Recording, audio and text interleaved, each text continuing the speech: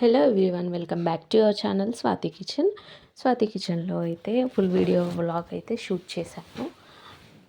ఏ హడావిడి లేకుండా చక్కగా ప్రశాంతంగా చేసుకునే ఇంటి పనులు అండ్ పూజ ఇవన్నీ చూపిస్తాను. చూసేయండి, మీకు నచ్చుతుంది అనుకుంటున్నాను. నచ్చితే తప్పకుండా లైక్ చేయండి. ఇక్కడైతే మా చెట్లను చూసేయండి. ఫస్ట్ టైం మన ఛానల్ని విజిట్ చేసిన వాళ్ళు ఎవరైనా ఉంటే తప్పకుండా సబ్స్క్రైబ్ చేసుకోండి. ఇక్కడ మా పూజ కోసం అయితే చెట్లన్నీ చక్కగా పూలనిచ్చాయండి. హైబిస్కస్ ఫ్లవర్స్ ఇచ్చాయి. ఇంకా నేను పూజ చేసేసుకుంటున్నాను ఫ్రెష్ అయిపోయాక. ఎర్లీగా లేవడం వల్ల చాలా పీస్ఫుల్గా ఉంటుంది. మన స్ట్రెస్ ఏమి ఉండదు. మన మైండ్ అయితే చాలా ప్రశాంతంగా అనిపిస్తుంది. అండ్ దీపారాధన చేసుకోవడం వల్ల కూడా చాలా ప్రశాంతంగా ఉండొచ్చు మనసుకి. ఇక్కడైతే నా పూజ అయితే కంప్లీట్ చేసేసుకున్నాను. దేవుళ్ళని మంచిగా విగ్రహాలను కడిగి నీట్గా శుభ్రం చేసి పెట్టుకున్నాను.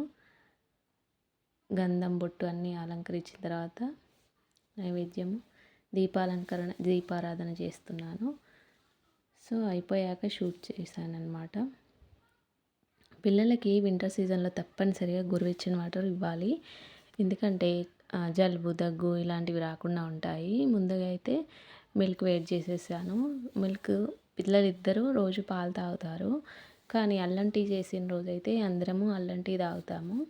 కోల్డ్ కాఫ్ రాకుండా ఉండాలంటే అప్పుడప్పుడు అల్లం టీ తాగండి. మీరు కూడా మీ పిల్లలకి ఇవ్వండి. చక్కగా అల్లం టీ అయితే చాలా బాగుంటుంది. ఇక్కడైతే అల్లం టీ మంచిగా మరిగిపోయింది. మీకు క్లిప్పింగ్ చూపించలేదు కాబట్టి అల్లం చూపిస్తున్నాను, ఇందులో వేసానని. చూసేయండి. అండ్ ఇక్కడైతే నలుగురం తాగేస్తున్నాము, మా పిల్లలు మేము.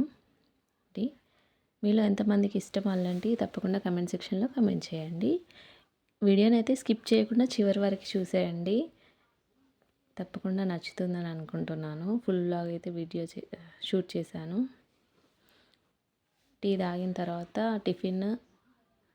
పూజ కంప్లీట్ అయిన తర్వాతనే నేను టీ తాగుతాను. తర్వాత టిఫిన్, లంచ్ ఇవన్నీ ప్రిపేర్ చేసుకోవాలి కాబట్టి తాగిస్తున్నాను. నిన్న నైట్ మిక్సీలో వేసుకున్నాను. పిండి మంచిగా పులిసిపోయిందండి. చూసేయండి. ఇక్కడ దోశ బ్యాటర్ చక్కగా పులిసిపోయింది. ఇంకైతే ఫస్ట్ చట్నీకి రెడీ చేసుకుంటున్నాను. పల్లి చట్నీ అన్నమాట. పల్లి చట్నీ టేస్టీగా రావడానికి నేను చూపిస్తాను చూడండి. ఇందులో కొంచెంగా మినప్పప్పు వేసుకోవాలి.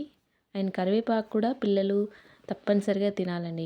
చిన్నపిల్లల్లో గ్రే హెయిర్ వస్తుంది కదా, అది రాకుండా ఉండాలంటే తప్పనిసరిగా కరివేపాకు, మినప్పప్పు ఇట్లాంటివన్నీ రోజు ఏదో ఒక పప్పు అయితే తప్పనిసరిగా పెట్టాలి పిల్లలకి.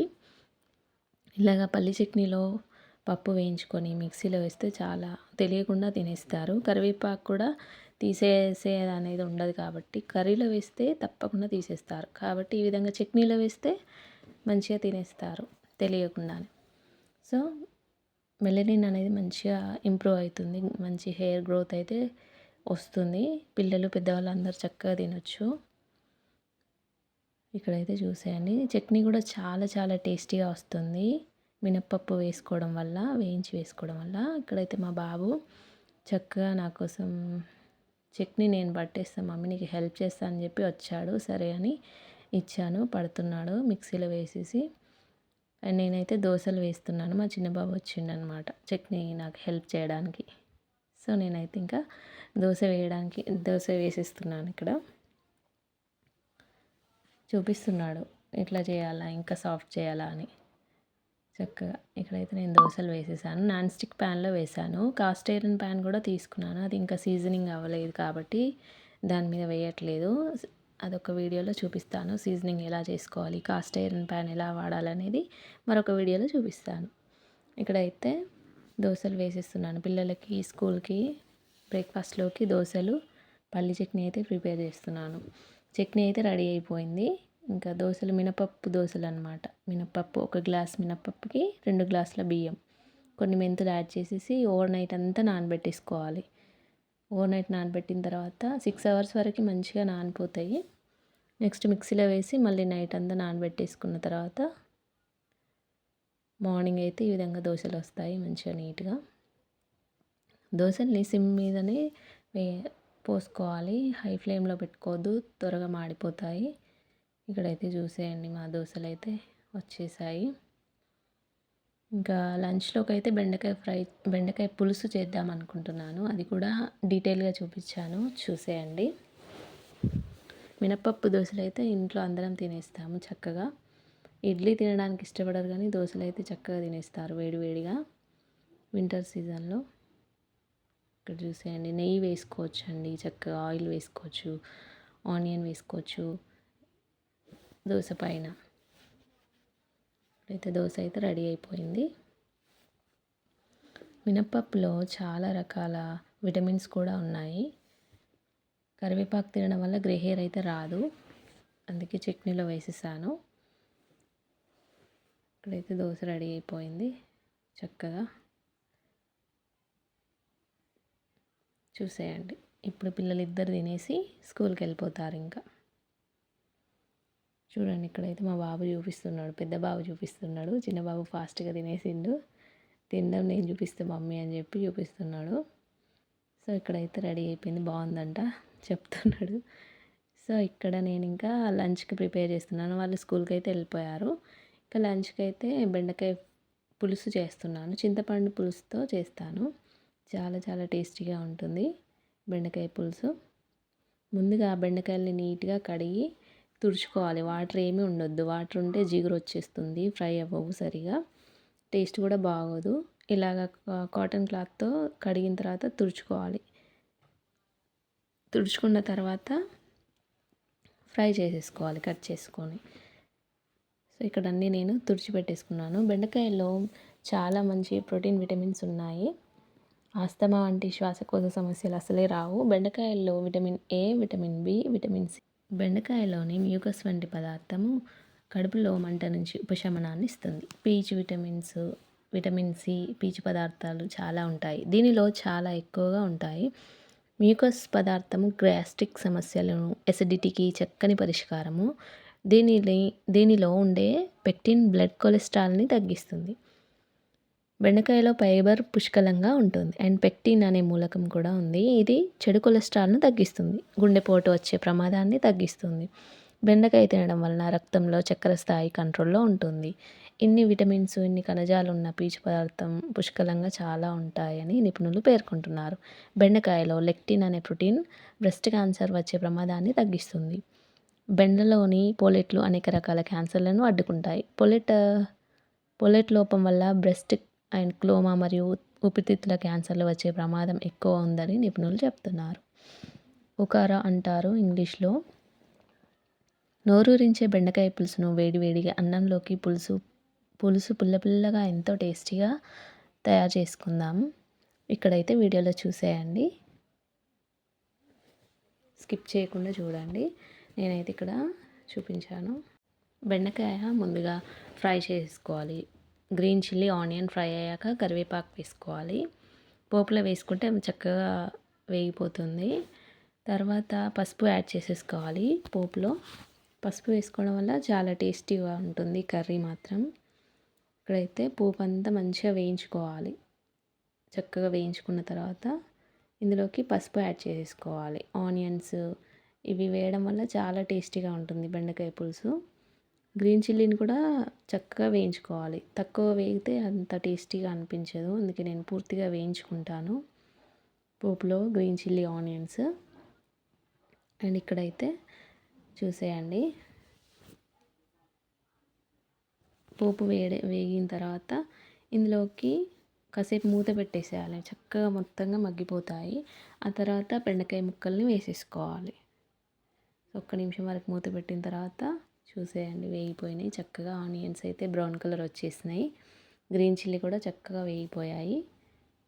చూసేయండి, ఇప్పుడు బెండకాయ ముక్కలన్నిటిని యాడ్ చేసేసుకోవాలి. పసుపు యాడ్ చేసుకోవాలి. తర్వాత బెండకాయ ముక్కలు వేసుకోవాలి. చక్కగా ఆనియన్ అయితే మంచిగా బ్రౌన్ కలర్ వచ్చేసాయి. పసుపు వేయడం వల్ల కర్రీకి చాలా చాలా టేస్ట్ యాడ్ అవుతుంది. చూసేయండి, ఇక్కడ మంచిగా కలిపేసుకోవాలి. పోపు అంతా కలిసే విధంగా పసుపుని ఒక సెకండ్ వరకు వేయించుకోవాలి.